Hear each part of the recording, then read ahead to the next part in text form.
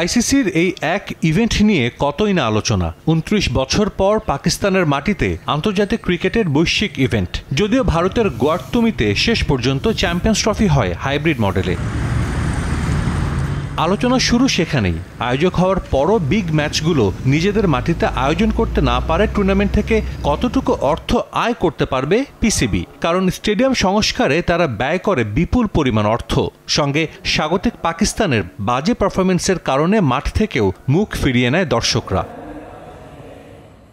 গেল মাসে বেশ কিছু ভারতীয় গণমাধ্যম দাবি করে চ্যাম্পিয়ন্স ট্রফি আয়োজন করে বড় ক্ষতির মুখে পড়েছে পিসিবি, যদিও এ তথ্য ভুয়া বলে দাবি করে পাকিস্তান ক্রিকেট বোর্ডের হর্তাকর্তারা। ভারতীয় গণমাধ্যম তাদের নিয়ে অসত্য খবর প্রচার করছে বলেও দাবি করা হয়। সে সময় পিসিবি থেকে জানানো হয় চ্যাম্পিয়ন্স ট্রফি থেকে অন্তত ৩০০ কোটি রুপি আয়ের প্রত্যাশা তাদের। অবশেষে পিসিবি আনুষ্ঠানিকভাবে জানিয়েছে চ্যাম্পিয়ন্স ট্রফি আয়োজন করে ক্ষতি নয়, বরং ৩০০ কোটি রুপি লাভ হয়েছে তাদের। পাকিস্তানের সংসদে গেল ২ বছর দেশটির নিম্নমুখী পারফরমেন্স নিয়ে উদ্বেগ প্রকাশ করা হয়। তার প্রেক্ষিতেই এক লিখিত জবাবে পিসিবি এই তথ্য জানিয়েছে। একই সঙ্গে জানানো হয় করাচি, লাহোর, রাওয়ালপিন্ডির স্টেডিয়াম সংস্কারে বোর্ডের ১৮০০ কোটি পাকিস্তানি রুপি খরচ হয়েছে। পাকিস্তান সুপার লিগ শেষ হওয়ার পর দ্বিতীয় ধাপের সংস্কার শুরু হয়ে তা আগামী বছরের মধ্যে সম্পন্ন হবে বলেও জানানো হয়।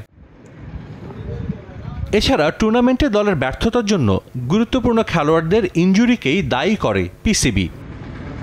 সাজিদ মুস্তাহিদ, সময় সংবাদ।